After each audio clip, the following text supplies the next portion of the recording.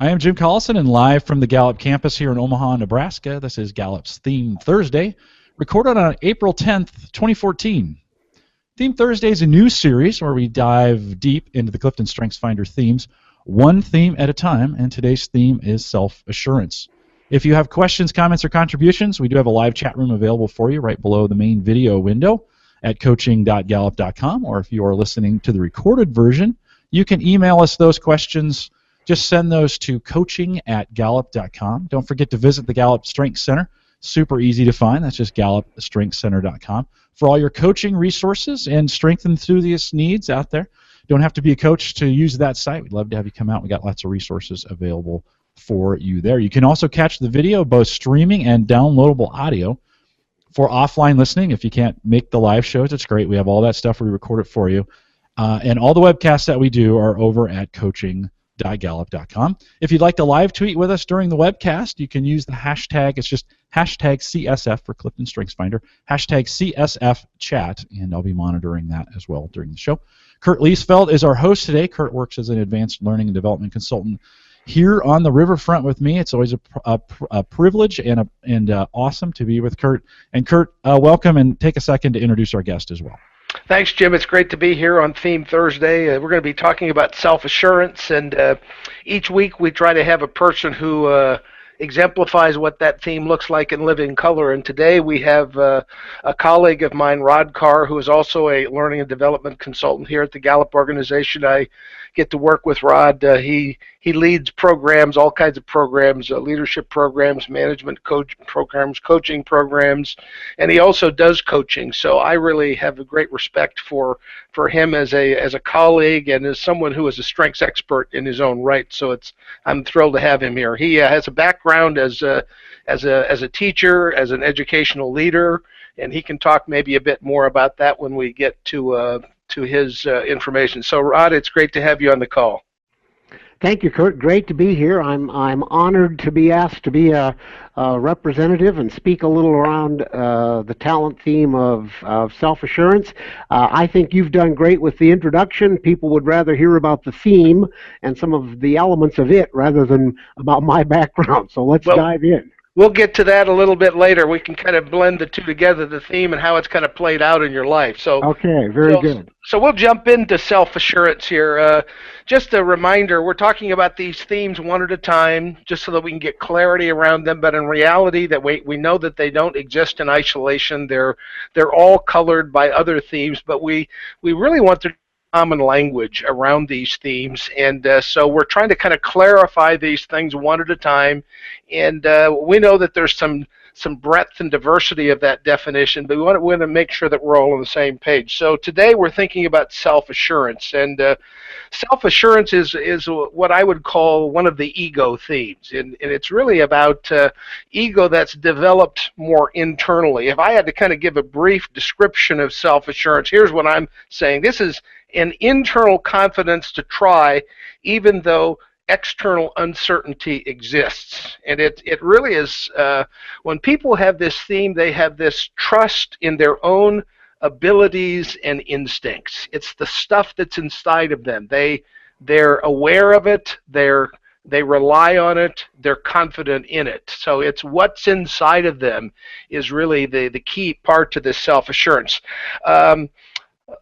I've heard the phrase, go with your gut. I think to some degree that's a pretty good description of what self-assurance is in its kind of purest form. There's kind of this trusting in your ability, but it's also trusting in your intuition, in your instinct. And so many times people will, when I ask people, I say, are you intuitive? A lot of people will raise their hands, and I think this is one of the reasons why some people raise their hand for being intuitive. It's not because they're necessarily emotionally intuitive, like empathy. They know how someone feels or they know who someone is, but they just know something is right and know something is true just by the confidence that they have in their own who they are and what they have. This theme is a part of the influencing domain, and that's something I want to talk a little bit with Rod about. Where does the influence of self-assurance come from? We'll talk about that a little later. I was trying to think about some words that help to kind of clarify and express the essence of self-assurance. And so these are some words I came up with, and they're not new if you've been around these themes a lot. If you're new to these themes, they might be helpful in helping you to kind of get some clarity around it. Autonomous, self-reliant, independent, self-sufficient, self-governing. You'll notice a lot of self words here coming up. Self-determining, going with the gut, self-management, internal guidance system, maybe even self-control. Those would be some words that I think capture the essence of this theme. Maybe some other more adjective-like words. Obviously, we call this self-assurance, so there is confident, might be an adjective. Certain. Certainty seems to be an important word as I think about this particular theme. Sure, obviously, assurance. Cocksure sometimes is a word that's used. Unflappable. I think sometimes people who have this kind of internal kind of guidance system, then even though things might be kind of chaotic around them, they have a kind of a stability and a unflappableness that comes. So they often may appear to be pretty calm and confident, even though things are kind of going on around the outside. So those would be, some words that make sense. We've also tried to think about what does this look like in its basement form, when it's maybe a bit more raw or undeveloped, and what might be a barrier label. How could this theme be negatively perceived? And sometimes when a person has self-assurance, could be seen, they might be seen as being somewhat aloof, maybe not really involved. We use the words lone wolf or lone ranger, and those could be not just barrier. Sometimes being a lone ranger, I think about the Lone Ranger when I was a kid. He was a hero. So, but being a lone wolf or a lone ranger can sometimes have a negative perception, distant, disconnected, maybe unwilling to listen. I know what's right, and so those might be some barrier labels. I also try to think of some phrases or kind of maxims or sayings that might capture the essence of this. And so one of them that I didn't come up with this. It says, this is Shakespeare. This above all else to thine own self be true. Another saying I heard of is self-assurance is not being proud of yourself, it's believing in yourself. And then Rod and I were talking about this earlier. There's a kind of a connection, I think, or a similarity between the theme belief and self-assurance. Both have a certainty. One is more of an internal certainty, that's self-assurance. Belief is really a certainty that people have in some kind of value or cause or purpose or mission, but they might look similar sometimes and maybe have a similar feel to them. Let's see. There's a funny saying that I talk about sometimes, and this to some degree is maybe more the basement of balcony, and it's a book title that I heard, and this is a book that was kind of written by Charles Barkley, and some of you might have seen it if you watch basketball, the Final Four. I think he might have some self-assurance, but anyway, he wrote a book one time called I May Be Wrong, But I Doubt It. And I think that kind of captures the attitude that self-assurance can have sometimes. I think it's also important to understand that self-assurance is not a very frequent theme. And our database of over 10 million people, and by the way, we just passed that mark not too long ago, only 6% of it have it in their top 5. So in other words, 6 out of every 100 people have this. So it's not a frequently found theme. It's a rare theme, which is kind of interesting because I think to some degree, especially in U.S. culture, independence seems to be something that's culturally valued, and I think to some degree culturally aspired to. So that's just kind of an interesting thought. The theme that is most likely paired, in other words, if a person has self-assurance high, what's the theme that is most frequently also found in top 5? That would be strategic. And the themes that are least likely paired with self-assurance are the themes developer and empathy, both more external in nature, whereas self-assurance tends to be a bit more internal in nature. Well, I think that takes us up to our 10-minute mark, where I just have kind of this 10-minute kind of monologue about the theme. Now I'd like to kind of get Rod involved in some discussion, and hopefully we can get some questions from people as well. So, Rod, I want you to start to tell me a little bit how self-assurance has contributed to your success. What are some examples of how self-assurance has helped you succeed? That's a great question, Kurt. I think self-assurance allows me to test, to try things. Even if I don't know that I'm prepared, if I don't know that I know everything I need to know, it makes me pretty willing to say, I'll bet I can figure it out. That's that confidence that it can be mastered, it can be understood. Yeah, I think what I hear in that also, another piece of self-assurance that I didn't really talk about, is a willingness to take a risk. Yeah.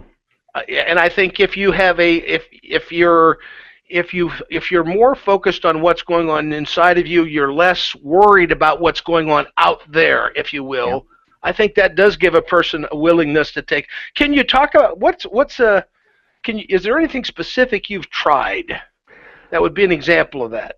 I hadn't been at Gallup but a year and a half, and an opportunity came along to lead a brand new program, an untried, untested program, with a new client in a difficult culture situation in Saudi Arabia. And I got the call. I said, yeah, I think I can do that. And I went and did it. And I've often had, in the work I do, delivering seminars, programs, I've often had this thought about what would I do? Could I survive if none of the materials arrived? if I arrived and none of the materials arrived? Well, for that program, the materials didn't arrive. They were stuck in customs for the 2 weeks during the program. My colleague and I made it through just fine.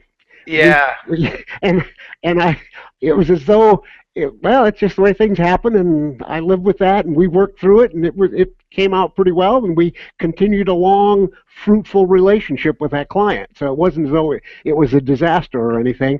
I kind of look at that as, wow, that was self-assurance. It said, well, here's what I'm presented with. What do I do about it?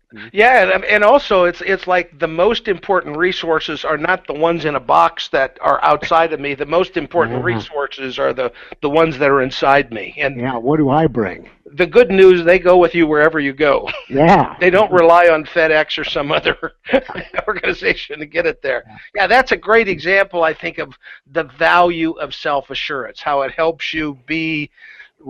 It's about your inner resources. It's not about paper and pencil, although they certainly play a part. The most important resource is the resource of me. Yeah. Yeah, that's terrific. How has this this theme evolved in you? How has it evolved from more raw self-assurance? Has there ever been a time when your self-assurance was more raw, when maybe what is not as productive? Talk a little bit about that. Yeah, well, I must say that when 11 years ago, when I took the Strengths Finder and got my talent themes, they all made sense to me, and I grabbed them and claimed them right away, except number 5, self-assurance, and I was slower to own that one. I think because I read into it in the word itself. I read in some things that had negative connotations. I think I just skipped over the self part of it. I went right to that assurance part, and I didn't read assurance, I read arrogance. You know how it is sometimes when you read a word and you ascribe to it something different than what was actually on the page. And of course, very few people aspire to arrogance, I suppose. And and I think I struggled with it because of that. And it goes back to the statement you made at the beginning about this is a theme that is a lot about ego. And I think we get sensitive to that about, is it too much about me? And so I think I struggled with that. And then I had a discovery. Probably 18, 20 months later, I was just thinking one day that I have never experienced buyer's remorse. I just, that's, you talked about and used the word instinctive. I make decisions and I'm prepared to live with them. And some of them aren't good decisions. My purchases aren't all perfect. I can buy a lemon of an automobile as well as anyone. It's just that I'm comfortable because it was my decision. Yeah. And I'm comfortable with that decision. I can own it. And I think that began to help me see, this isn't cockiness, which kind of was where I think I was in my early thinking about self-assurance. This is about this inner capacity to know myself and trust myself and my decisions and my approaches. So I think as I've gotten mature with this theme, it's about trusting. Yeah, absolutely. Trusting yourself. I like that question. Is it too much about me? I really, as I see people deal with this theme and then another theme, significance, which we'll talk another one, they are both about ego and about self, and we assume that it's, when people has one of these themes, it's all about me. Mm-hmm. But I think to some degree it has to be about me sometimes. Like when you were at this program, the materials didn't show up. It was about you. Yeah. You had to make it work. Yeah. So there are times when me is important. And go ahead. Well, and Kurt, that goes back to the maturity that has come with this theme. I've come to believe pretty firmly, and I have no idea where this is rooted in psychology. Certainly somebody smarter than I has come up with this and talked about it. But that, the most important relationship we have in life is the relationship we have with ourselves. If I really believe that if my relationship with me isn't very good, I don't know how my relationship with others can be solid. I think there's some truth to that. I agree with you about that. But I think it may take self-assurance to step out and claim that. Yeah. To feel comfortable. Right. Well, I mean, we talk a lot about self-awareness. Yeah. In this whole strengths-based approach, and I find that people have different levels of self-awareness, and obviously, if you don't know who you are, it's hard to aim who you are. Yeah. Do you feel that you have a strong sense of self-awareness? I mean, has that been something that's kind of characterized who you are? I think so. And I guess if I'm hesitating there, you probably find it in some of my other talent themes. Yeah. That self-awareness is strong in certain areas more so than in other areas. So, for example, I'm not so sure when it comes to sensitivity to and about others that I'm as self-aware. Okay. Empathy. Is there a number 37 theme or number 39? It looks like 29 on your list. I've got your list here. It's down there quite a ways. Yeah. And so I'm not. I don't. I can be empathic, but I really have to work at that. And so I'm not sure my self-assurance. I think it has a tendency to say, "Gosh, if I can do it, I'm nothing special. Can't everybody else?" Yeah. Can everybody else figure it out and understand it and do it and behave around it? And so I think it depends on kind of the area. So maybe when it comes to relationship building, the self-assurance doesn't, I'm not as self-aware about how I'm using it, when I'm using it, and the impact of it. I want to talk a little bit about influencing, because self-assurance is included in that influencing domain, and I happen to think that sometimes the influence of self-assurance can be kind of loud, and I think sometimes it can be kind of quiet, depending on the other themes that surround it. How has your self-assurance contributed to the influence that you've had on other people? I think Is yours loud or quiet? I think it probably tends to be more quiet. In that I have a talent theme at number 2, intellection, which is a introspective, think about it, and so I think my self-assurance is probably, and the influence is probably quieter, but nonetheless I think it is there. I think it exhibits itself mostly in the form of certainty. Okay. Say more about that. I think when I coach people who have self-assurance, I listen to their voice. I'm curious about the tone. I'm listening in their voice. Do I hear certainty in what they're saying and what they're expressing? What does that sound like? It sounds like confidence. It sounds like this person knows what they're talking about. They may not, but it can, and that I think can be a challenge for somebody with self-assurance. But I think it is this sense of certainty about, I know something and I'm willing to put it out there. I have a great example from just a couple of summers ago. My wife, who will tell you, I think that this is her least favorite of my talent theme. And it's probably because of this certainty piece. She was going to dinner with some friends, and she gets ready, and just before she leaves the house, she comes to me and she says, Now, Rod, where is this restaurant? And I said, oh, yeah, that's on 36th and Q, right on the corner. Off she goes, and she comes back 3-4 hours later from dinner, and she comes in the house, and she finds me right away, and she said, Rod, it wasn't there. And I said, oh, that's right, it's over here. She said, but when you said it, you sounded so certain. Well, I said I was. Now I have more information, and I think that's what that certainty can look like. I think it can look like this person has the answer. So Yeah. I've joked with people, I know the answer even when I don't know the answer. Yeah, I think to some degree self-assurance can sometimes be perceived as a know-it-all, or I have the answer. It could be kind of closed-minded. I think what's kind of interesting, what you talked about your intellection as your number 2 theme, but you have learner at number 1. Yep. I think the relationship between learner and self-assurance is kind of probably an important one. It's a theme that instead of sharpening your self-assurance, it tempers it a bit. Yeah. It maybe softens it. I have written these kind of theme pairs, and I kind of looked at the one for learner and self-assurance, and I'll read this, see what you think of if it makes sense. Even though I'm confident about what I have within me, my mind is open to and aware of new things on the outside. Yep. So you've got, I think to some degree, self-assurance is more of a closed theme. It's kind of this system within me where truth is at.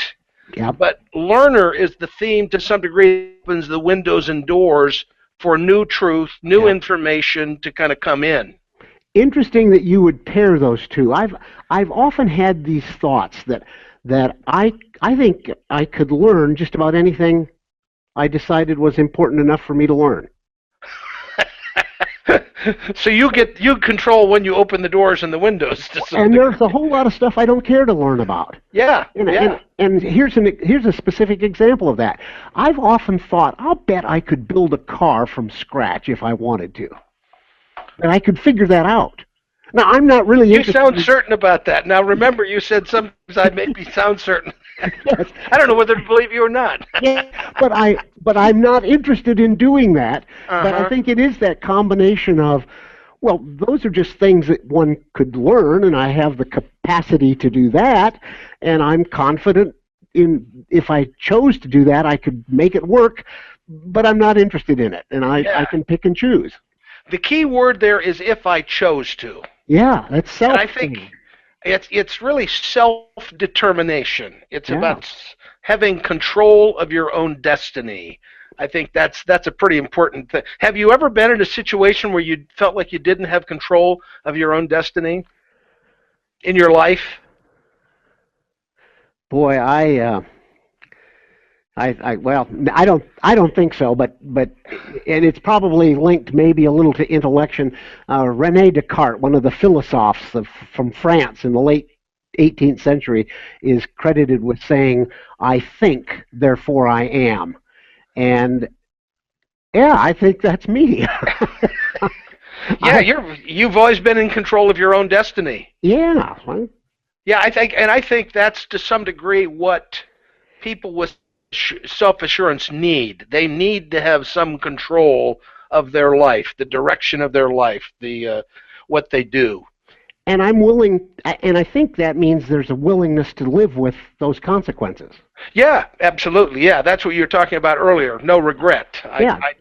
With the information I had, that's what I decided, Yep. and I'm good with that. I really don't care that much about external critiques Yeah. of that. It's the internal critique that is more important than the external critique. You know, that's an interesting thought, because I've been thinking about this week. You asked me, I don't know, 10 days ago if I would do this, and I've been thinking, okay, what I need to kind of think about this self-assurance. What are some of the elements and ramifications and nuances of it? And one of them, I think, is I was first going to say an openness to criticism, but I think it's slightly different than an openness. It's a willingness to take in criticism and make of it what I will. Yeah, that makes sense. Yeah, you certainly will receive it, but you get to decide how to use it. Sure. I get to decide again. I get to choose. It's about that kind of independence and being in control of my own destiny. And any questions out there, Jim, that you hear of? You bet. A bunch of questions. Let's start. Connie, who's here in Nebraska, said, "I'm thinking through my own number 5 self-assurance this morning and had another light bulb moment. I've often been viewed as competitive, but competition's 21 for me. Do you think the fact that I stand up for what I believe in and don't back down could easily be misunderstood as competitive instead of being self-assured?" Yeah, I think it can be the certainty. I mean, a winner usually seems to be confident, and winning seem to go together. And that certainly could be part of where that perception comes from. Adrian also asked, can we talk about the distinctions between command and self-assurance? This was a conversation in chat about 10 minutes ago, but some distinctions between command and self-assurance. Yeah, I think those are two themes, and I don't know, Rod, I'm just seeing what your command is a bit lower, but I think these are two themes that sharpen each other. If you have one and then you add the other one to it, it sharpens it a bit. And I actually put other themes that could enhance self-assurance. Command says, just because you trust your instincts, others might resist and oppose your instincts. So I think to some degree, when a person has high self-assurance, low command, they really don't care if other people don't agree with them.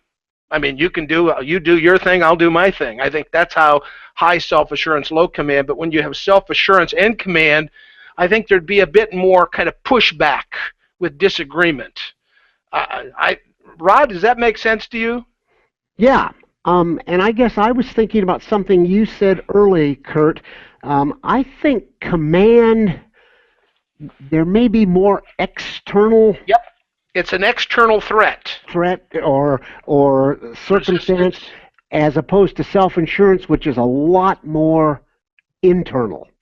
Yeah, and I think to some degree the adding command to self-assurance could make it even more powerful to some degree, having this ability to kind of also deal with the external reality of resistance or disagreement, kind of the fight. And but both are influential. One is more of an internal confidence. The other is more of an external fight to some degree. That's a great question. Larry has 2 questions for us. One, he said, curious what if we know the percentage of people who have self-assurance is number 1, just not in their top 5? You know, I don't think we have that information, and to tell you the truth, I don't think it makes that much difference. If it's number 1 or number 5, it is a dominant pattern, something that comes to play. I think sometimes we kind of overemphasize numbers within a context of the signature themes. All 5 are really pretty dominant. There might be slight variations, but probably not a huge variation. And I will remind listeners, we have been posting a lot of those documents that we do have around the strengths numbers. So we just posted one that has all the themes ranked and how they come out in people's top 5. That's on our Facebook page. I'm going to go ahead and put that link in chat right now. If you want to head over there, we've got a bunch of really good documents. We've been loading those to our Facebook group. Larry also asked that question then. He says, and let me get, as he needs to get back to that piece of paper. So what if I have both significance and self-assurance in my top 5? Do I have an ego? Am I an ego-focused person or a very self-aware person? I think it's a person that is whose ego is shaped both internally. You trust who you are, but your ego is shaped by the feedback that you get from externally, from the perceptions and feedback that you get from other people. So I think to some degree, they add value to each other. You've got an internal perception of ego, but you also have an awareness of an external perception of ego. So I would say those really are, I think that could be a powerful pair. You've got internal confidence, but you're also an external awareness of how you're perceived. And sometimes, while perceptions may not be reality, they're reality to somebody else. Rod, I don't know if you'd add anything to that? Well, yeah, it's back to the ego piece. I think from a self-assurance perspective, it seems to me that the ego isn't terribly fragile. Yeah. That if somebody says something negative or critical, I kind of take that in, chew on it, place it where it needs to be placed, and recover and move on. And one of the things that I've discovered as I've coached others who have self-assurance is there's a and I think it speaks to this ego that is not fragile. There seems to be a pretty good willingness on the people with self-assurance to have you poke at them and prod them and ask them difficult things, to be critical. They're okay with opening up to that, because I think there's this sense that I can figure this out and deal with it and put myself back together, and Humpty Dumpty will sit back on that wall again. Yeah, you might say, I might listen to it, I might not agree with it. Sure. That could be a part of it as well. Yeah. I mean, is there a self-critical nature to self-assurance? And maybe this is just you, but... For me, maybe self-critical and self-confidence don't go together. Yeah, I don't live with much regret. Yeah, no. I just... I don't. I was thinking also about how we talked about how command can kind of sharpen and enhance the self-assurance theme. I think it's also to think about themes that can temper or soften the edge of a theme, make it more a theme that can kind of complement it. We've talked about your learner as one of the themes. I think somebody might have self-assurance with empathy. When you are someone who's quite confident in your own abilities to do something, as someone who's quite willing to take risk, empathy could make you more aware of the kind of the fear that other people have in light of that risk. It could affect how your confidence is expressed. Yeah. So there might be people that have that combination. Analytical. Even though you trust your instincts, other people trust numbers. Mm-hmm. And so sometimes that could be a theme that you could partner with. Either maybe you have it at your disposal, or maybe there's another person. And that's really, I'm spending a lot of time thinking about the way that themes interact with each other, theme dynamics, and that's something we're going to be doing more of in the future here. But when we think about these themes one at a time, it's good to think about what's a theme that sharpens this theme, what's a theme that tempers this theme if I need to do that. Yeah, and I would think individualization, the ability to look externally at others, yeah, and be paying attention to their uniqueness, yeah, their difference, and what it is they need would benefit self-assurance a lot.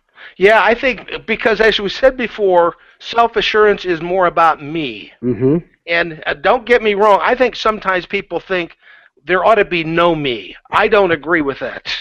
I think there has to be some me. I use the words me, them, and it.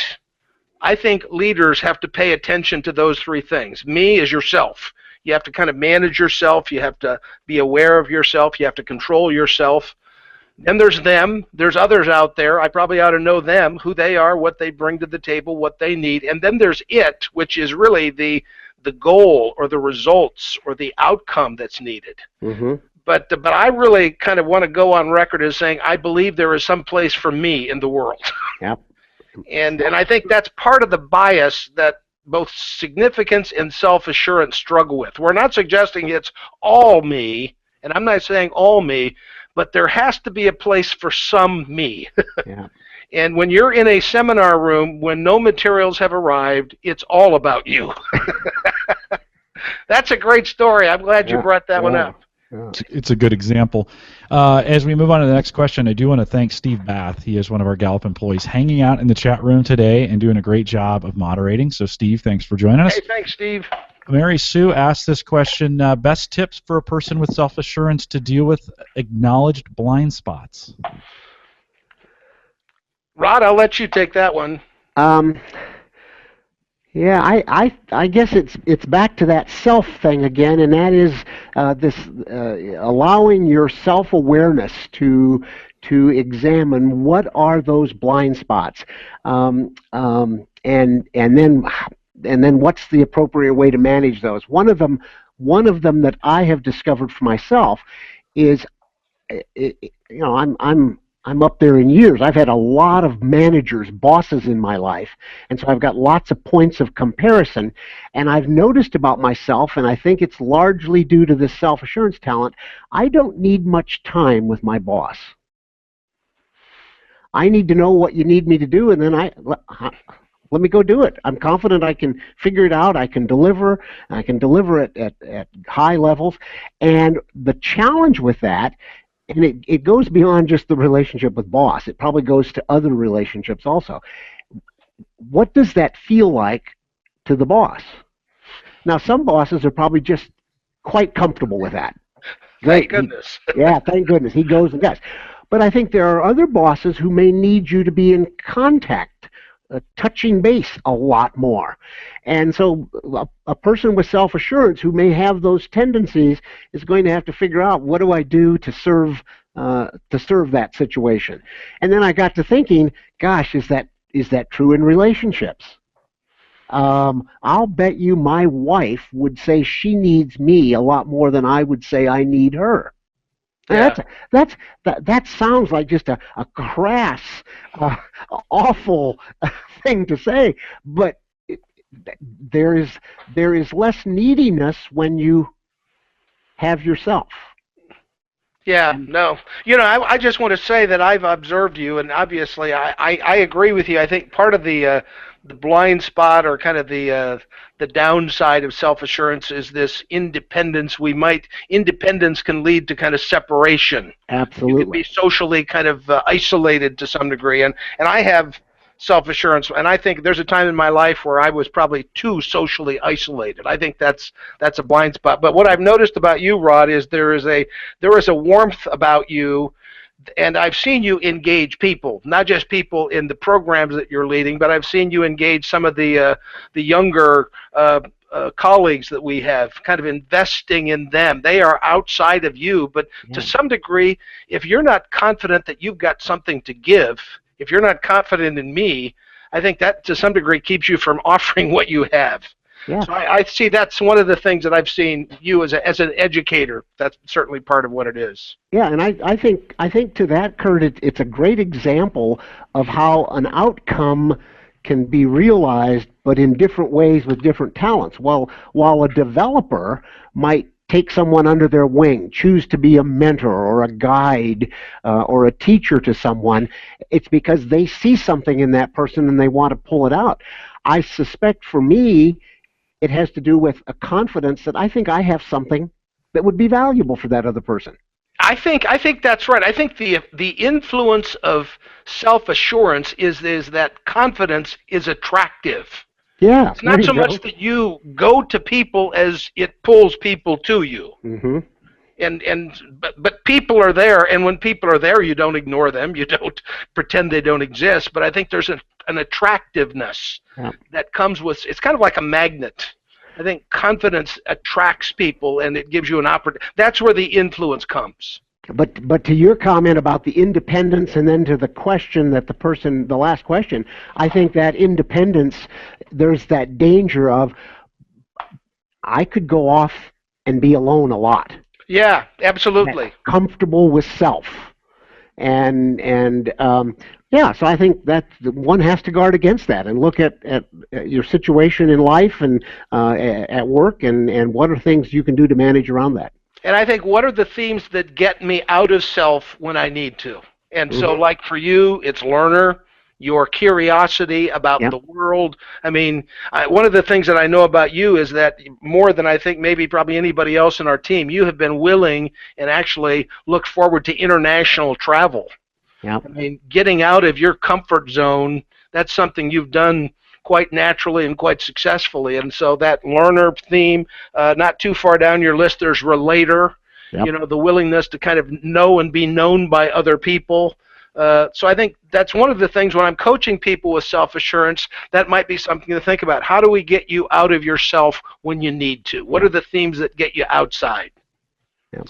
This time always goes so very, very fast, and we've got time for one more question. And Rod, this one's directed right at you. Okay. It says, have you ever hired a coach for yourself? If so, did they champion your self-assurance? And what did they do that didn't work with your self-assurance? That's a good question. Yeah. Yes, I very early in my experience at Gallup, I had someone who worked with me, encouraged me around self-assurance, asked me, I call them haunting questions that I would walk away, and a day later, 6 weeks later, I was still thinking about. They got planted in me, and they were worth thinking about. And it was about, are you getting as much out of that self-assurance as you could?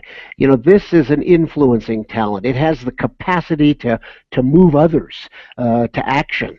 And I benefited greatly from her pressing me, asking me, challenging me, and it was that part that helped me begin to understand that for me, self-assurance was I'm a book that is very willing to be opened.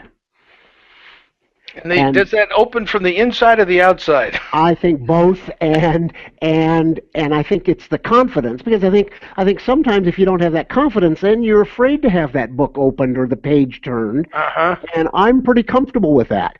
I do think one of my discoveries is, as I've coached people then with self-assurance, is I think I'm comfortable being pressed and challenged, and I think they are. Okay. I think they've got an ego, but it's an ego that is pretty comfortable with itself, that can take some pressing and some digging and some challenging. And as a coach, I think I've used that pretty well. Yeah, I think that's a good insight for those who are coaches out there. And in fact, I had an experience just about a year ago. I coached a gentleman who was a big college quarterback who had a lisp. And when he was in high school, they saw his athletic talents, and they thought he'd be better if he could get rid of the lisp, and they would send him to speech therapy, things he could do to solve this. He said, I went to that for about 4 weeks, and I said, I quit that. I don't need that. I'm fine with this lisp. It doesn't bother me. And I think that's self-assurance. He had gone inside, and what was intriguing to me was that's a kind of a personal thing. And he just brought that up and shared it. He was comfortable opening the book. Yeah, that's a great example, though. External perceptions are not as important as what do I think of my lisp. Yeah, there you I go. can live with my lisp. Yeah. Yeah. Okay. Kurt, I think with that we've come to the end of our time. Great. Any final thoughts on self-assurance before we kind of wrap this one? No, I think just like always, whenever I do this, I make some new discoveries, and I just especially like the idea that Rod shares that just because a person has self-assurance does not mean that they will not be coachable or teachable. I think in fact, they may be really coachable if you can push them a bit and kind of take advantage of their certainty. So that's terrific. Very good. Well, we want to thank Rod for coming out today and being a part of the conversation. Rod, it's always good to see you and good to hear from you as well. A couple other questions that were left in chat we couldn't get to, and let me remind you, just take those to the Facebook group. We do have a Facebook group, very thriving, about 1,800 in that group now. A lot of coaches out there, and this conversation can continue in our Facebook group. Just go to facebook.com/groups/called-to-coach. We blend this program together with our Called to Coach webcast, and so you can do that as well. And then Patrick asked me, is the YouTube page the best place to view this again in the future? And yes, all our videos are out on our YouTube page, and you can go to coaching.gallup.com, and the links to everything is there. So that's really the best place to go. Coaching, you don't have to be a coach to go out there, by the way. Coaching.gallup.com is the best place to go to get all those resources that are available. And if you need strengths codes, you want to get those for your friends or family, or all our resources for strengths are out at the Gallup Strength Center. Just head to gallupstrengthcenter.com. You can send us your questions or comments, and if you'd like to be a guest blogger, we're looking for those for our coaches. So if you're a coach and you're interested in guest blogging for us, love to have you do that. Send us an email, coaching@gallup.com. You can also catch the recorded audio and video for this show. I just mentioned this. For Facebook and our YouTube page, it's all at coaching.gallup.com. We have some events coming up we want to make you aware of. We have a brand new webinar coming out, and you guys are the first to hear about it, so that's one of the advantages to coming live and here in Theme Thursday. It's called The Great Manager. Dr. Mike McDonald will be our first guest on that, and we're really going to talk about great managers. It's that easy. It's called The Great Manager, and we're going to talk about how to manage, and a lot of our research and science around managing will be talked about there. So kind of like this, but different. And so we want you to come out and be a part of that. That starts this next Tuesday, so April 15th, and the time is going to be a little different. 3 p.m. Eastern. 3 p.m. Eastern. So 2 Central, noon Pacific. We'd like you to come out. Same channel though, coaching.gallup.com/live. The Great Manager with Dr. Mike McDonald. That's next Tuesday, April 15th. And then I want to remind you, if you're on the West Coast, this Sunday evening, or if you're in Singapore, Monday morning, April 14th, 10 a.m., we are doing our Southeast Asia edition of Call to Coach. We've got a special one available for anyone. Anyone can join us. You don't have to live in Southeast Asia or any of those, but we're doing some special Call to Coaches for that part of the world. But this is really convenient if you're on the West Coast, because it's like 7 p.m. on Sunday night if you're not doing anything. Join us all right here, coaching.gallup.com/live. We also have a meetup going on in Singapore. So if you're watching the recorded version of this in Singapore, they are sleeping now, hopefully, at this point. But if you're watching the recorded version of this, we have some meetups going on. We had really 2 successful meetups, one in Sacramento and one in Indianapolis. And if you want to know of all the meetups, the strengths enthusiast and coaching meetups that are going on around the country, right now Singapore is the only one, but the address for that, coaching.gallup.com, and you'll see the meetups tab there as well. Well, that'll wrap it up for another Theme Thursday. Kurt, thank you. Rod, thank you. And we'll say thanks to you, the listener, who came out to be a part of our webcast today, and we'll wish you a great day. Goodbye, everybody. So long. Thanks. Bye.